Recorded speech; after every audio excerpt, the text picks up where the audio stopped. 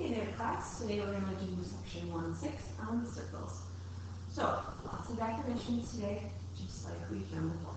A circle is the set of all the points in a plane at a given distance, which is the radius, from a given point, which is the center. And it's named by its center. So, for example, our center point here is maybe M, and so we would call this circle with a dot in the middle.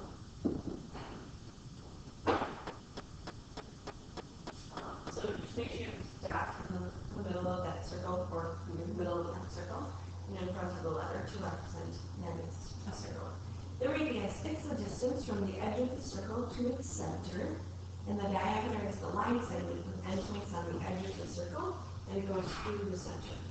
Okay? Diameter is twice the length of the radius. Then let's talk about congruent circles. Congruent circles are when two or more circles have the same radius. They have the same measure of radius. So here, an example would be like CDs, DVDs, bike wheels, car wheels, etc. Those are concentric circles, or concentric. Those are congruent circles. Concentric circles are when two or more coplanar circles share the same center. So that is our example here. These are concentric circles. They have the same center. These ones you can think about in real life, like rings on a tree. Rings on a tree would be considered concentric circles. They start in the same center, but they're circles and they're coplanar. They're circles bigger, bigger, bigger. Alright. Arc, it's the continuous part between endpoints on a circle. Okay. So we'll see here, this here is an arc. Okay? An arc is named by the endpoints with an arc drawn over the top. So here we would have A, C. That would be arc AC.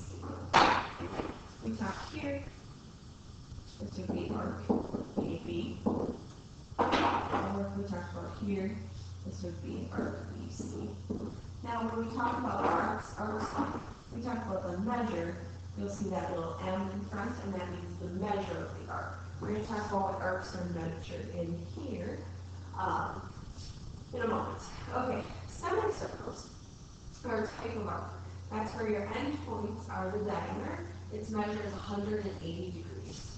Okay, so for example, here is a semicircle, and we name it by 3 letters. So my example here only has 2, so I'm going to put a third one. Alright. So we would call this ADB, arc ADB, and that's a semicircle.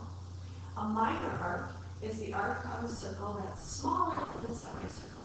So if a semicircle measures 180 degrees, this one's going to have a measure of less than 180 degrees. Okay? And it's named by 2 letters. So here we have a minor arc. Is it smaller than a semicircle? So this is going to be arc AB, which is by 2 letters. A major arc is an arc of a circle that's larger than a semicircle. Okay. So for example, this here is our major arc. And we name it by 3 letters, A, C, B. Okay. That is our major arc. Arcs are measured by degrees, just like angles, and so we actually use what's called arc measure to discuss it. Arc measure is measured by the central angle. The central angle is the angle with its vertex at the center. Well, I should say center. And its sides pass through the endpoints of the arc.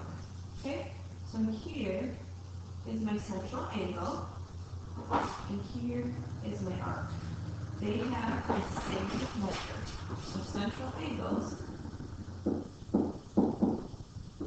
have the same measure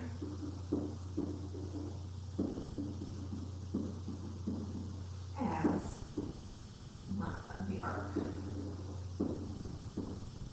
Okay, so if the central angle here was, let's say, 100 degrees, my arc would also measure at 100 degrees. Okay, so we can say angle AOB is equal to 100 degrees.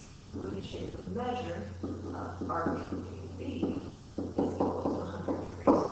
We have the same measure.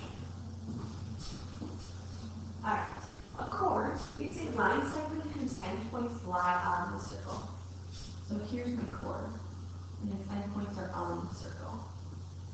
Diameter, it's just a chord that passes through the center. It's the longest chord in our center, so it passes through the biggest part of my circle, and it has to go through the center. If it doesn't go through the center, it's just another chord, it's not a diameter. Tangent. My tangent is a line that intersects the circle only once. So a tangent is going to always be outside of my circle, and it touches in only one place. Okay? So it differs than the chord and the diameter and the arc by where it touches the circle. And that special spot is called the point of tangency. So my tangent touches the circle. Points of tangency. So when you get to your book assignment, you're going to be asked to very show a diagram with all these types of things. They're going to ask you to tell me what the point of tangency is. Tell me what the tangent line is to the circle. Tell me some chords. Tell me the diameter. Tell me an arc, etc. They're going to be expecting you to be able to pull all of these out. Alright? So, after our definitions, you'll get the assignment in class tomorrow. We'll see you guys then.